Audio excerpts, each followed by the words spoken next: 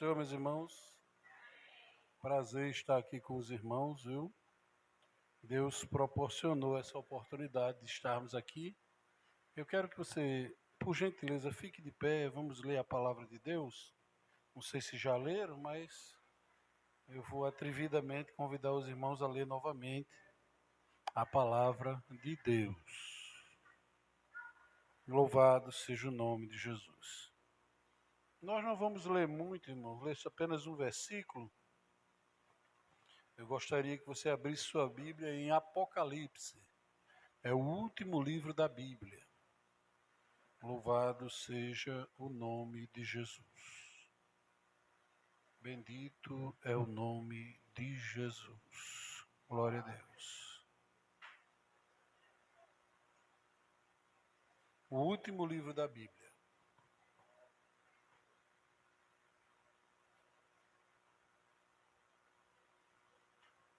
Glória a Jesus.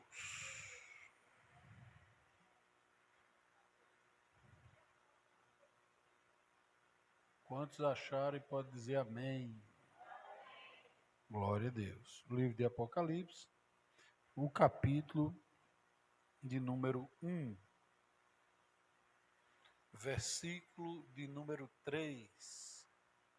Capítulo 1, versículo de número 3. Capítulo 1, versículo 3, diz assim a palavra de Deus. Bem-aventurado aquele que lê e os que ouvem as palavras desta profecia e guardam as coisas que nelas estão escritas, porque o tempo está próximo. Amém?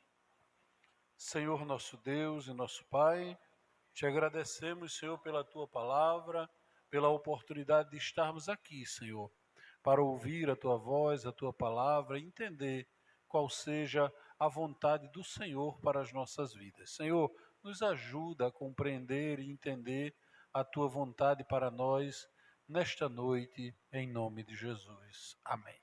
Podeis assentar. Meus irmãos, eu gostaria primeiro já foram apresentados, mas eu quero apresentar a vocês aí os meus seguranças, minhas companhias. Fica aí de pé, por favor. Muito bem, essa turma aí bonita, né? Muito obrigado, pode sentar, viu? Com o tempo a gente vai aprendendo algumas coisas. A gente precisa andar com quem quer andar com a gente.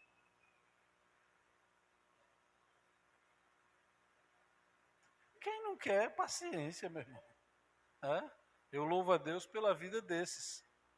Tem outros que não querem, mas esses aí querem, então eu vou andar com eles até eles aprenderem o caminho. Né? E eu louvo a Deus pela vida deles. E agora para onde eu vou querem ir. Então tá bom, bora. E ainda querem que eu adote como filhos. Vocês acham que eu devo fazer isso? Não, você tem que dizer não. Glória a Deus. Bom, meus irmãos, o versículo que nós lemos está dentro da revelação que o Senhor deu a João. Quem é esse João? João aqui é o João que não é o Batista. Esse João aqui é o João, o amado. A história vai nos dizer que este João aqui, ele era um dos discípulos mais novos quando Jesus esteve aqui na terra e acompanhava Jesus em todas as partes. A Bíblia vai nos dizer que esse João aqui foi aquele que, quando Jesus estava crucificado, olhou e disse para Maria: esse aí é teu filho, essa aí é a tua mãe. Esse João aqui é o mesmo que o Senhor disse a Pedro: se eu quero que ele fique até o fim, ele vai ficar. Porque todos os outros discípulos de Jesus, eles foram martirizados de alguma forma. Morreram ou de cabeça para baixo, ou degolado, numa cruz invertida, pegando fogo, teve vários, mas João não. João morreu de velho. Aqui ele está na ilha de Patmos com quase 90 anos por aí. Já estava bem velhinho, quando o Senhor se revelou para ele e mostrou toda a história do que estava acontecendo, do que ia acontecer e de como vai ser no futuro. Então João teve esse privilégio de andar com Jesus e aprender de perto com Jesus tudo. Alguns historiadores vão dizer que João, ele foi colocado dentro de um tonel com óleo fervendo e não aconteceu nada com ele. Ele saiu de lá ileso, porque Jesus queria que ele ficasse até o fim. Sabe o que a gente aprende? Que quando Deus quer, pode ferver o que quiser, pode inventar o que quiser, mas vai acontecer aquilo que Deus quer. Então a gente não precisa estar ansioso nem preocupado com tantas coisas, a gente precisa ter paz no nosso coração. Quando João escreve aqui, ele está dizendo para a gente que bem-aventurado aquele que lê. Mas não é só o que lê, também aqueles que ouvem estas profecias e fazem o mais importante, guardar. Esse guardar não é você pegar e guardar na estante. É guardar no seu coração, é praticar, é vigiar, ou seja, guardar para que você não erre, para que você sempre observe, para que você sempre entenda o que está acontecendo diante da situação que a gente está vivendo. Estamos vivendo hoje tempos cada vez mais difíceis de compreender e de entender tantas coisas. Se vocês observarem as redes sociais, algumas redes sociais vão estar falando do ataque terrorista que aconteceu lá em Israel novamente. O Irã se rebelou agora, revoltado, e cria toda aquela situação. E para acabar de acertar, o nosso presidente não tem o que fazer, vai dizer que Israel só gosta de matar, né? O nosso presidente. Porque querendo ou não, o Lula é o nosso presidente.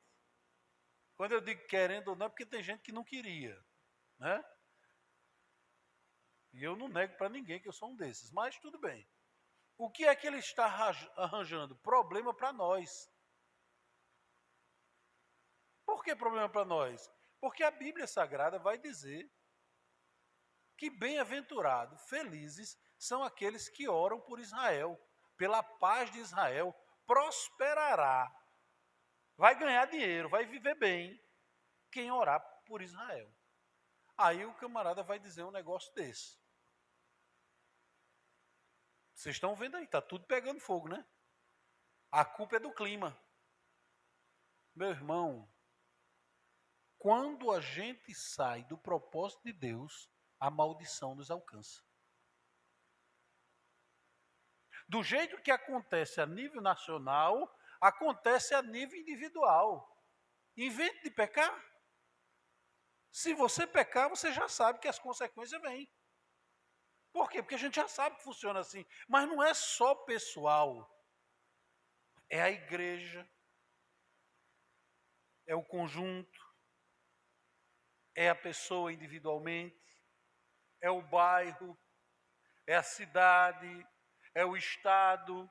Se eles não andam em obediência à palavra de Deus, se eles andam cometendo pecados, iniquidades, a maldição os alcançará.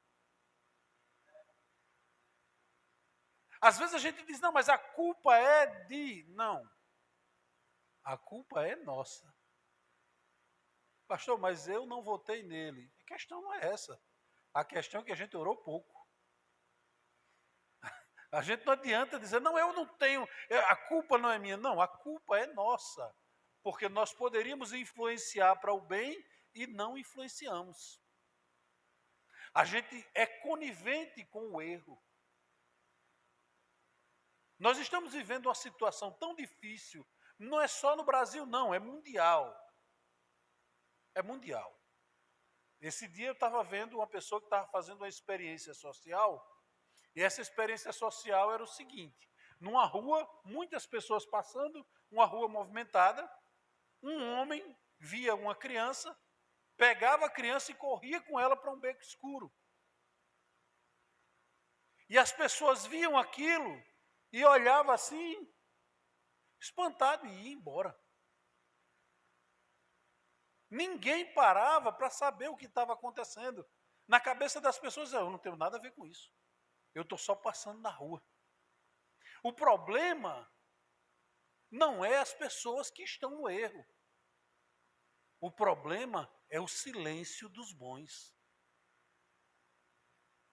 O problema é que a gente sabe o que tem que fazer, mas como é o outro que está errando, a gente diz, não, isso aí é um problema dele. Fogo que está pegando é no meu vizinho, não é meu. Mas se fosse no seu, você queria ajuda. Estamos vivendo um tempo em que a gente só cuida da nossa vida. Não estou dizendo que a gente vai se meter na vida dos outros, mas a gente nem se compadece. As pessoas nem param para sentir a dor do outro. Simplesmente vira o rosto e vai embora. É azar dele, azar dela, problema dele, problema dela.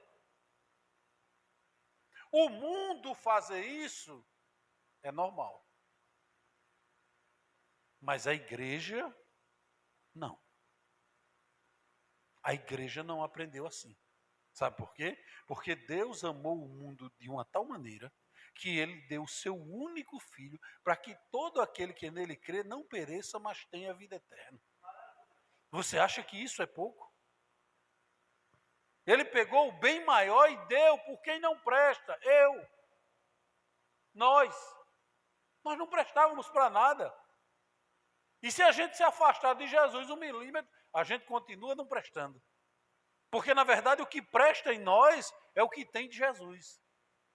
E todas as vezes que a gente age sem Jesus, é a parte que não presta. Entendeu? Porque Jesus presta quando está em nós. A gente presta quando Jesus está em nós. E quando a gente está sozinho, lutando com as nossas forças, fazendo do nosso jeito, nada dá certo. Por isso que Jesus disse para Pedro, se eu quero que ele vá até o fim, qual é o problema? E Pedro viveu até o fim. E quando a gente, ou melhor, João, e quando a gente chega aqui, a gente encontra João dizendo, aqueles que guardam, que está escrito, porque o tempo está próximo. João disse isso há mais de 2000 anos atrás. João estava enganado? Não, né? Por que não? Porque 2000 anos, para Deus, é como se tivesse passado 2 dias. Para nós é muito tempo, mas para Deus, faz 2 dias só. A gente precisa entender o quanto a nossa vida é curta e rápida. A gente precisa entender que nós temos uma missão, que é pregar o Evangelho enquanto é dia, porque a noite vem e ninguém pode trabalhar. O Evangelho do Reino precisa alcançar todas as nações. Mas às vezes a gente deixa de fazer porque a gente precisa descansar. O nosso descanso não é aqui. O nosso descanso é no céu. Ah, mas eu tenho que ter o meu tempo. Sem problema. Você pode ter o tempo que você quiser. Só que você tem que lembrar que Jesus entregou a vida dele inteira, de manhã, de tarde e de noite, por nós. E eu escolho o que fazer. Tem algum problema. João segue falando aqui, ele vai contar para a gente que o Senhor deu a ele, revelou a ele 7 cartas que ele deveria entregar para 7 tipos de igreja. Esses 7 tipos de igreja aqui também podem ser 7 tipos de pessoas, 7 tipos de denominações, 7 tipos de departamentos. Só que tem algumas coisas interessantes. No capítulo 2, no versículo de número 5, diz assim, lembra-te, pois, de onde caíste, arrepende-te, pratica as primeiras obras, quando não, brevemente a ti virei e tirarei do seu lugar o teu castiçal, se não te arrependeres. O Senhor disse isso aqui para a igreja de Éfeso. O que é que ele estava dizendo para ela? Olha, lembra de onde você caiu? Todos nós aprendemos como andar na casa do Senhor, mas com o passar do tempo a gente desaprende. A gente começa a se acostumar, a se acostumar com as nossas manias, com as nossas opiniões, com os nossos achismos, até com os nossos dirigentes. A gente começa a se acostumar e começa a seguir a tendência daquelas pessoas. E esquecemos do que nós aprendemos. Nós aprendemos que o evangelismo, a evangelização, a pregação do evangelho é urgente. Nós aprendemos que precisamos pregar de manhã, de tarde, de noite. Nós aprendemos que as almas estão indo para o inferno a passos largos a cada segundo. A cada segundo, milhares de pessoas morrem sem Deus, sem paz e sem salvação. E a gente pensa, como aquelas pessoas na experiência social, eu não tenho nada a ver com isso. Levaram a criança, eu estou só passando na rua, eu não tenho nada a ver com isso. Não se engane. Não se engane. Nós somos responsáveis. Eu queria que você pensasse aí em 10 pessoas que não são crentes ainda, que você conhece. Já pensou o nome da primeira? Pensa aí o nome da segunda. Terceira, quarta, quinta, sexta, sétima, oitava, nona, décima. Essas 10 pessoas, elas vão morrer sem Deus, sem paz e sem salvação. Pastor, mas eu já fui lá e já preguei o evangelho para ela. Certo. Mas o evangelho se prega só falando? O evangelho se prega principalmente com a vida, com o exemplo.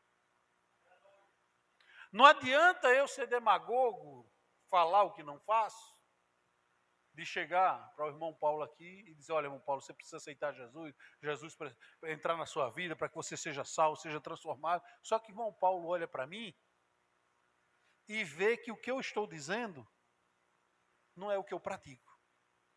Então, em vez de ganhá-lo, eu lanço ele cada vez mais para longe. Você entende por que é que essas 10 pessoas, elas correm o grande risco de viverem eternamente sem Deus por causa da sua postura, da sua responsabilidade, da sua não postura de um crente salvo, lavado e remido pelo sangue de Jesus? Não adianta a gente dizer a culpa é da minha liderança, a culpa é aqui porque não teve trabalho, a culpa é porque não teve culto, a culpa é porque não teve... Não, a culpa é porque eu não servi de exemplo para essas 10 pessoas. Essas 10 pessoas, eu chamo elas para vir para o culto, elas não vêm. Porque elas não veem em mim razão para vir para o culto. Ah, mas eu também, não, assim, eu queria que elas viessem por causa de Jesus. Para isso, a gente tem que jejuar, orar e se consagrar. Vocês sempre ouviram falar que nós vivemos numa guerra espiritual. Isso é fato. Até você vir para um culto de doutrina é uma guerra espiritual. Porque você chega aqui e diz, rapaz, eu vou ouvir a mesma coisa. Isso daí eu já sei. Isso aí eu já sei. Isso eu já sei. Você está no meio de uma batalha espiritual. Por quê? Porque o inimigo não quer que você entenda que a nossa responsabilidade é maior do que tudo aquilo que a gente faz. Você pode dizer, não, mas eu já sou responsável por isso, sou responsável por aquilo. Você pode ser responsável por um monte de coisa. Mas você tem que entender que a sua maior responsabilidade é ser um cristão verdadeiro. A sua maior responsabilidade é consigo mesmo. Você tem que ser exemplo para as pessoas que estão aí fora. Você não precisa, não, eu tenho que pregar todo dia. Você precisa, mas principalmente, você precisa passar e as pessoas olharem e dizerem, ali é uma mulher de Deus. Aquele dali é um homem de Deus. Aquele dali é diferente. Aquela pessoa ali anda diferente. Tem algo diferente naquela pessoa. Isso é o principal. Por quê? Porque a gente tem que ver aonde é que nós estamos andando, com quem nós estamos andando, com quem nós estamos negociando, porque o testemunho de Cristo na nossa vida, ele precisa ser santo, puro, limpo, irrepreensível. Ah, pastor, então o senhor está querendo dizer que eu tenho que ser perfeito? Não. Porque nós não somos perfeitos. Deus, olhando o céu, a terra, não viu um justo sequer, não viu um perfeito. Por isso que Jesus veio para nos salvar. Mas isso não justifica a gente dizer, não, mas sabe, a carne é fraca. Não, a gente tem que lutar todo dia para manter uma postura de santidade. Principalmente se eu sou obreiro da casa do Senhor. Principalmente. Terça-feira eu estava dizendo para os obreiros lá, como é que a quantidade de obreiros que a gente tem, e a gente não vê a igreja fluir de uma forma geral. Por quê? Porque os obreiros precisam se consagrar. Ah, pastor, mas a igreja, não, o obreiro é diferente. O obreiro é alguém que estava ali e foi separado para ser exemplo dos fiéis. O obreiro era a pessoa que estava ali e sabe que vai sentar aqui, não é para ser, está ali o obreiro Marcos, o obreiro Pedro, o obreiro. Não, meu filho, eles não estão aqui para se apresentar, não. Eles estão aqui porque na hora que eles saem na rua, eles também têm postura de cristão. As pessoas olham para ali, é um homem de Deus. Ali é uma postura. Passa no meio da rua, ele está lá. O exemplo, né? De paletó e gravata, não. Ele pode estar com uma roupa normal, mas as pessoas olham e sabem que ele é um crente. Identifica ele como um cristão. Obreiro é para ser assim, exemplo. Eu me lembro que quando eu fui separado para obreiro, auxiliar de trabalho, eu tinha acho que 18 anos, 18 para 19 anos. E o meu pastor disse para mim, foi uma agonia, uma alegria grande minha, né? Fiquei muito alegre, muito animado. Não tinha uma prata furada. E nem um centavo. Aí me deram um paletó, emprestado um paletó, não, só um blazer. Só a parte de cima. Eu botei, cheguei no dia da apresentação. Ô, coisa feia, viu? Calça jeans de tênis com blazer. Estava na minha moda. Mas estava feliz demais. Meu pastor olhou para mim e disse, olha, meu filho, entenda uma coisa. A partir de hoje, isso é sua farda. Todo culto que tiver, você tem que vir assim. Eu acreditei no meu pastor. Até hoje eu tento fazer isso. Agora eu já tenho mais de 2 paletó, graças a Deus. Mas eu passei muito tempo aqui no Alto Alegre dirigindo com um paletó só. No máximo 2. A gente não precisa mudar, né? Eu mudo só a gravata. Mas o paletó é o mesmo. Por quê? Porque eu preciso ser exemplo. Eu não posso andar do jeito que os outros andam.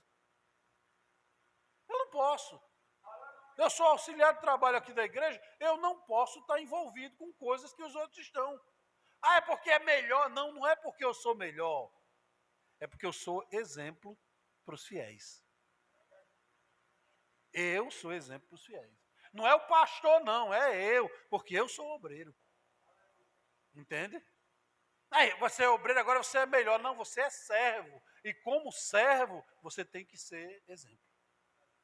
Você tem que ser obediente.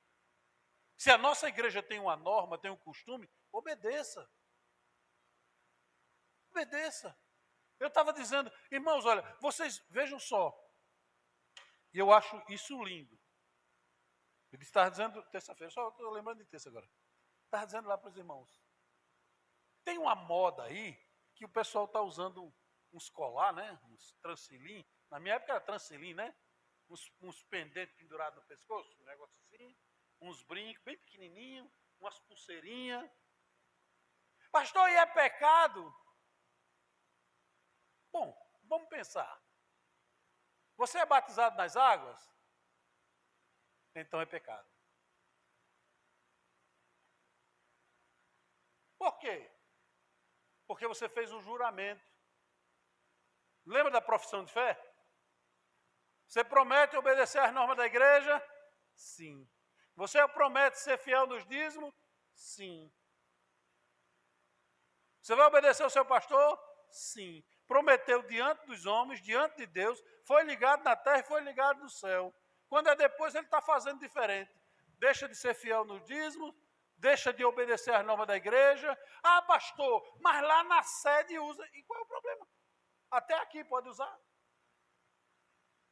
Só que, como eu disse lá no Alto Alegre, você que usa é um desobediente. Eu confesso que quando eu disse, eu até vi uma irmãzinha lá tirando um que estava, sabe? Mas eu não disse para afrontar ela. Não é falta de ensinamento. E eu disse na mesma hora, irmãos, eu não tenho problema nenhum se uma irmã da Igreja Batista for me visitar lá no Alto Alegre, com um brinco desse tamanho aqui, uns pendentes no pescoço, de calça, chega lá, se ela profetizar, se ela falar a língua estranha e entregar o recado, eu recebo. Agora, se um assembleano tiver do mesmo jeito e vier, eu expulso o demônio. Ah, pastor, isso é radicalismo. Não é radicalismo, meu filho. É simples, é desobediência mesmo. Eu não posso desmanchar aquilo que eu aprendi. Eu não tenho esse direito. Se eu estou achando ruim aqui, meu filho, vá lá onde você vai ser bem-vindo. Só tem um problema. É que você aqui quer usar. Quando você chega lá, você vai se sentir fora do lugar. Por quê? Porque Deus lhe chamou para cá, não foi para lá. Entende? Então, qual é a lição que eu preciso aprender aqui? Submissão, obediência, domínio próprio. Nós não fomos salvos para fazer o que a gente quer. Algum de vocês aqui foi salvo para fazer o que quiser? Não. Nós somos salvos para servir ao Senhor. Nós somos salvos para sermos exemplo para as pessoas aí fora. Nós somos salvos para ser embaixadores de Cristo. Vocês pensam que é qualquer um que vai ser embaixador do Brasil em outro país? Não, meu filho, não é qualquer um não. O camarada tem que conhecer a cultura do país que ele vai. Ele tem que saber as normas do país que ele está, do Brasil. Ele tem que saber negociar, porque ele é representante de uma nação inteira no outro país. É o caso da gente. Como é que eu sou um representante do céu e eu ando igual ao mundo? Eu estou representando quem? Me diga. Pode falar a verdade, irmão. Ah, pastor, eu acho que eu estou representando o céu. Esse é seu achismo, meu filho. A Bíblia não diz isso. Ao servo, a única coisa que não convém ao servo é contender. Ao servo convém obedecer. Quem é o nosso Senhor? Jesus. E o que foi que Jesus disse? Negue-se a si mesmo, ou seja, não faça o que você quer. Tome a sua cruz de cada dia e me siga. Esse é o exemplo. Isso é o que Jesus espera de nós. É isso que a gente faz? Lá no Alto Alegre não é não. Tem obreiro lá que toda quinta-feira, como não tem culto na quinta, né? Ele vai bater uma bolinha lá na areninha. É obreiro, viu? Graças a Deus que ele resolveu sentar lá no último banco. Não foi eu que mandei ele descer, não. Sabe por quê? Porque eu aprendi uma coisa. Eu aprendi que essa igreja tem dono. E o dono não sou eu. O dono não é o pastor Eliakim. O dono é Jesus. E ele disse que o ímpio não permanece na congregação dos justos. Não é eu que tiro, mas é Jesus que remove. Às vezes eu fico com pena. Por quê? Porque se fosse eu que tirasse, eu podia trazer de volta.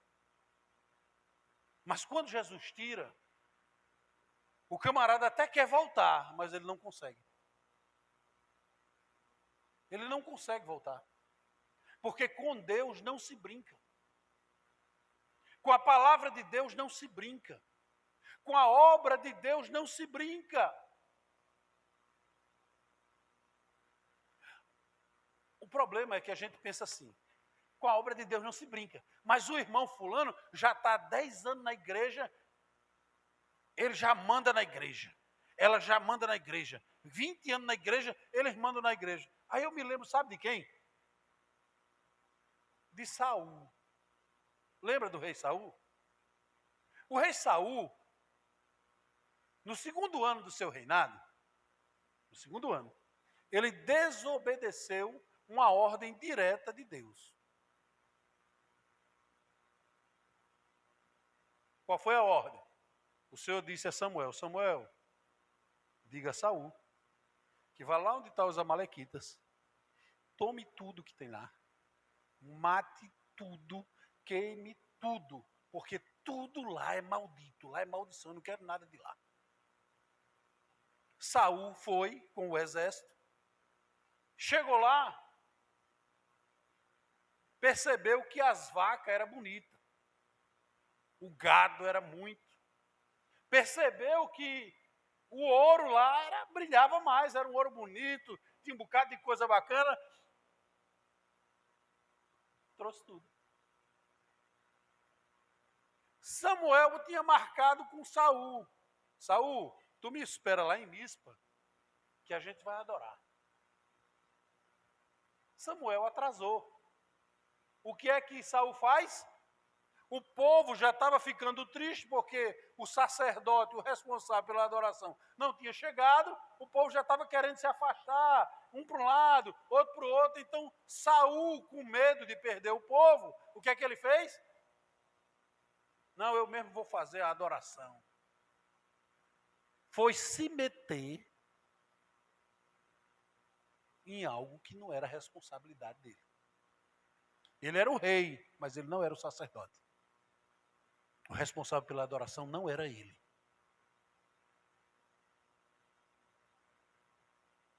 Samuel chega.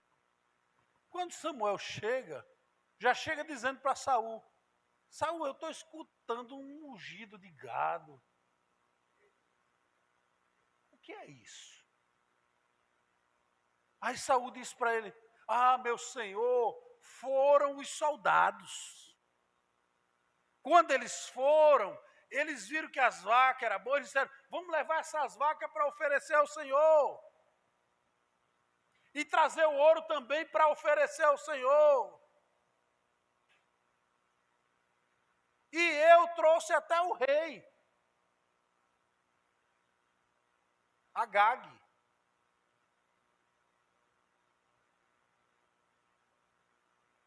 Samuel ficou indignado, porque Deus falou com ele na hora. Samuel disse, cadê o rei? Traz ele aqui. Trouxe o rei? Cadê o pescoço dele? É aqui?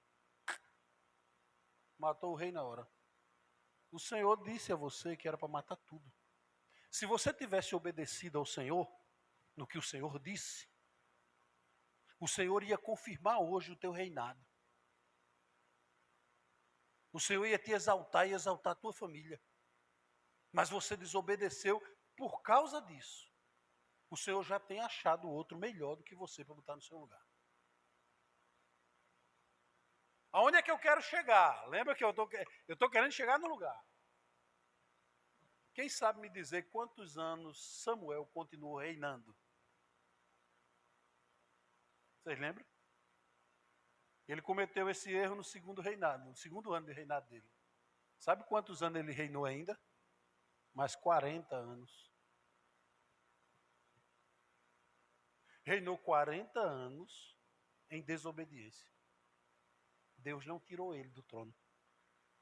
Davi teve 2 chances mas Davi disse, não, ele é ungido, foi o Senhor que botou, o Senhor que tire. Você está entendendo? Que não é porque você está dentro da casa de Deus, que não é porque você está tocando, que não é porque você está no som, que não é porque você está na porta, que não é porque você está sentado aqui em cima, que Deus está concordando com as coisas que você faz. Você tem que entender isso. Ah, pastor, isso é só para a gente aqui. Não, isso é para mim também, meu filho. Todo dia eu tenho que dobrar o joelho e dizer, Jesus, onde é que eu errei? Me ajude, Jesus. Será que eu estou sendo duro? Será que eu estou sendo mole? Será que eu já estou me acostumando? Jesus, me ajude a melhorar. Eu tenho que fazer essa reflexão comigo todo dia. Sabe por quê? Porque para ser rejeitado, não precisa muito. Basta você sair do propósito. Basta você não cumprir o que você disse que ia fazer. Você está entendendo até aqui? Dá para entender até agora? Por que é que eu preciso compreender isso? Porque o fim está próximo. A qualquer hora Jesus vem buscar a sua igreja. Ele vai arrebatar um povo seu, santo, zeloso de boas obras. E você acha que você mentindo vai para o céu? Você desobedecendo vai para o céu? Você magoado com o seu irmão vai para o céu? Você com rancor do seu pastor vai para o céu? Você falando mal, os adolescentes ontem tiveram uma aula, inclusive eu gravei a aula dos adolescentes agora, vou fazer uma propaganda aqui, né, irmão? Estou gravando a aula dos adolescentes, dos jovens e dos adultos. E ontem a aula dos adolescentes falava sobre conselhos, que eles devem ouvir bons conselhos. Os pais são os melhores para aconselhar, mas os filhos devem obedecer e honrar os pais. E eu estava dando exemplo para eles do que é honrar. Honrar não é simplesmente na frente do irmão Osmar, eu dizer, irmão Osmar, você é um homem de Deus. Não. É eu dizer isso por trás. O filho honra a mãe e o pai quando a mãe ou o pai diz, menino, vá limpar as coisas lá na cozinha. Ele bota uma cara feia, mas vai lá e limpa tudinho. E não murmura, não diz nada. Porque não adianta, na frente da mãe, tá certo, maninha, eu vou. Aí sai por trás, isso é uma velha chata, isso é uma mulher abusada, vai que fazer isso? Isso é murmuração, isso não honra a Deus, você está desonrando a Deus. Chega para as amigas, rapaz, minha mãe me explora demais, meu pai me explora demais. Você está desonrando o seu pai e sua mãe quando fala por trás dele. Do mesmo jeito é a gente, quando chega aqui em cima e diz, Jesus é lindo. Mas quando chega lá na frente do descrente, rapaz, a luta está grande, rapaz. Eu não sei porque é que Jesus viu em mim, que é uma perseguição medonha. Poxa, aqui Jesus é lindo. Mas na frente do ímpio, em quem você teria que glorificar a Deus, você diz que a luta está difícil, que a coisa está complicada. Irmãos, nós não podemos ter duas caras, é só uma. O nosso sim é sim e o nosso não é não. O que passa disso é de procedência maligna. A Bíblia é tão clara. Para ir para o céu, o caminho é esse. E não adianta eu passar 40 anos na igreja, fingindo de crente, andando como crente, sabendo o linguajar dos crentes, imitando os crentes em tudo, e quando Jesus vier, eu ficar. Que loucura! O arrebatamento da igreja é real. E muita gente vai ficar. Muita gente boa, muita gente que você olha e diz, rapaz, irmão fulano, tem... Só que você não sabe a maldade e a malícia do coração, mas Jesus sabe. Jesus sabe. Jesus sabe quando a gente está em oculto, o que a gente está falando, o que a gente está comentando. Até o que a gente comenta é perigoso. Hoje eu recebi uma visita lá em casa, que veio fazer as pazes comigo e com a minha esposa. Porque ouviu falar que eu era contra a pessoa. E aí a pessoa se explicou, disse, olha, eu sou uma pessoa boa, eu sou isso, eu sou isso, eu sou isso, eu sou isso, eu sou isso, eu sou isso, eu sou... Aí eu deixei falar, falou. Quando terminou, eu disse, certo, e qual é o problema? Não, é porque disseram que vocês não me apoiam, não concordam comigo. Eu disse, olha, que você é uma pessoa boa é verdade, que você é uma pessoa direita é verdade, que eu não tenho nada contra você também é verdade. Agora, o partido que você está tem pacto com o diabo. É a favor da ideologia de gênero, é a favor do aborto, é a favor disso, tudo isso eu sou contra. Então, se alguém diz que eu sou contra você porque eu sou contra isso, eu sou. Agora, como pessoa, não. Você é uma pessoa maravilhosa. Só está no lugar errado. Talvez outro dissesse, não, isso é calúnia que levantaram. Não, eu disse mesmo. Eu disse. Por quê? Para que eu vou mentir? Se o Deus Todo-Poderoso, que sabe todas as coisas, Ele está me vendo aqui agora e Ele está me vendo lá em casa. Para que eu vou mentir? Claro que isso não vai justificar uns tipos de coisa que tem, né? Por exemplo, na minha casa, no meu quarto, eu fico à vontade. Eu uso até bermuda no meu quarto. Olha que absurdo. No meu quarto, com a porta fechada, eu uso até bermuda. Que ninguém saiba disso, né? Que não haja escândalo.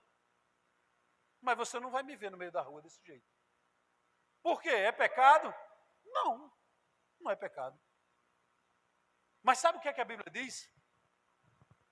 Ai daquele que por meio dele o escândalo vier. O que isso quer dizer? Se eu sair de bermuda no meio da rua, os crentes mais fraquinhos vão dizer o quê? O pastor está desmantelado. Ou seja, ele é mais fraquinho, não é? Ele se escandalizou comigo. E o escândalo dele veio por causa de quem?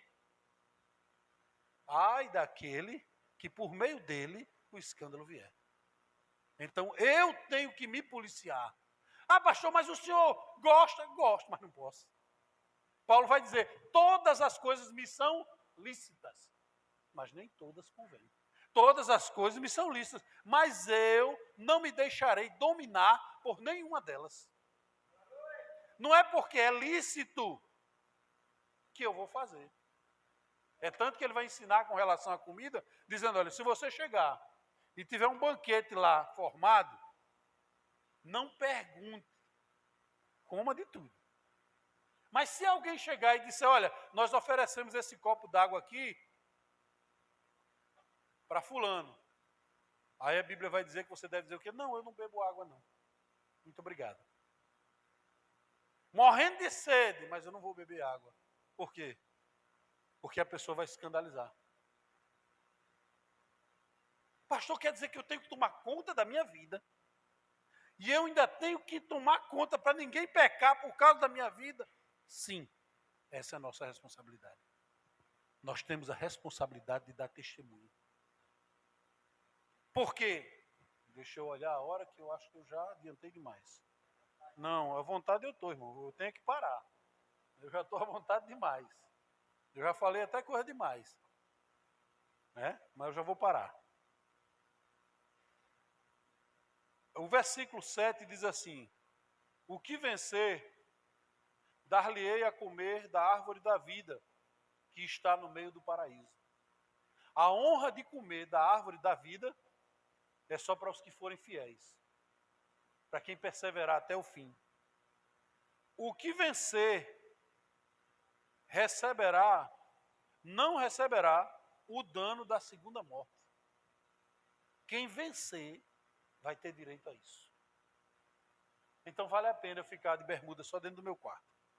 O que vencer, darei eu a comer do maná escondido, dar-lhe-ei uma pedra branca, e na pedra um novo nome escrito, o qual ninguém conhece, senão aquele que o recebe.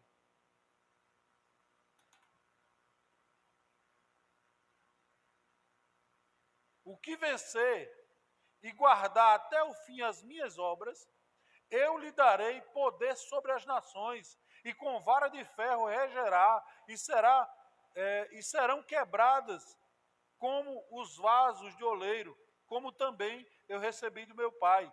Dar-lhe-ei a estrela da manhã. O que vencer será vestido de veste branca, e de maneira nenhuma riscarei o seu nome do livro da vida. Confessarei o seu nome diante do meu Pai e diante dos santos anjos.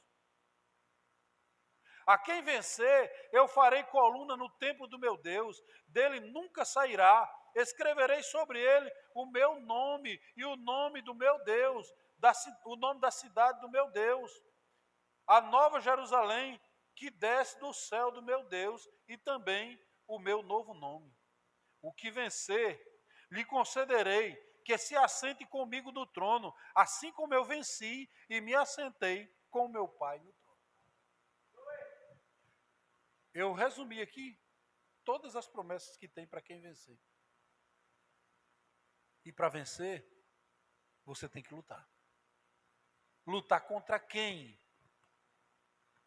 Contra você mesmo. Negue-se a si mesmo. Você vai perceber que tudo que lhe faz pecar é o que você deseja. Ninguém peca por aquilo que não gosta. Ninguém peca pelo que não gosta. A gente só peca naquilo que a gente gosta. E é isso que a gente tem que dominar. O que eu tenho que vencer para ter todos esses benefícios aqui é a mim mesmo, a minha própria vontade. Não vivo mais eu, mas Cristo vive em mim. E a vida que eu vivo agora, vivo para a glória de Deus. Não é para me agradar. Está entendendo? É assim que a gente vai para o céu. O caminho do céu não é eu fazendo o que eu gosto, ou fazendo o que eu acho, ou imaginando o que eu quero. Não, é eu fazendo o que Deus quer, para a glória dEle, para louvor do nome dEle, no tempo dEle. É assim que é o caminho. É esse caminho que a gente deve andar. Tem muito evangelho fácil aí, para o que você quiser. Mas não se engane. Evangelho momentâneo, que lhe dá só prazer naquele momento, vigia com isso. Porque Jesus passou o tempo todo aqui na terra e não foi só lazer. Não. Jesus, de manhã, de tarde, de noite, evangelizava, pregava e curava. E de noite, orava.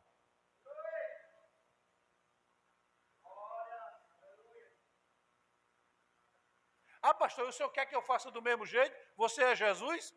Não, né? Nem eu. Nem eu, nem você, somos Jesus não. Mas Jesus deu o exemplo. Se é de eu perder tempo vendo uma partida de futebol, é melhor eu perder o meu tempo ouvindo uma pregação do Evangelho. É melhor eu tirar aquele tempo e cantar 10 hinos da harpa, 15 hinos da harpa. Eu lucro muito mais espiritualmente do que dando audiência para quem não tem Deus, para quem não quer Deus. Dá para dar glória aí? Irmãos, eu sei que não dá, mas fique tranquilo, em mim também, viu? Não se preocupe não, que dói para todos os lados. O bom da palavra de Deus é isso, serve para lá e serve para cá. Viu? Eu não estou dizendo isso aqui, o pastor está dizendo porque o senhor é o melhor, o senhor é perfeito. Não, meu filho, eu também preciso orar mais, eu preciso me consagrar mais, eu preciso buscar mais. Porque eu entendo, sabe o que, irmãos? A gente às vezes fica com um saudosismo, dizendo, antigamente a igreja fazia isso e aquilo. Meu amigo, ela não faz porque a gente deixou de orar. Se a gente voltar a orar, Deus volta a operar maravilha no nosso meio. Deus volta a salvar, Deus volta a curar, Ele volta a fazer a obra, porque esse é o interesse dEle. Agora, se eu for deixar mais tempo para me ficar deitado, olhando para a cumieira da casa, se balançando, em vez de buscar a Deus, eu não estou dizendo, irmão, que a gente vai ser fanático, louco, doido, mas se você quiser ser por Jesus, seja, não tem problema não. Porque nem os loucos errarão o caminho. Está tudo programado. Amém até aqui? Quero agradecer aos irmãos por terem me ouvido até agora. Certo? Eu vou encerrar minha fala.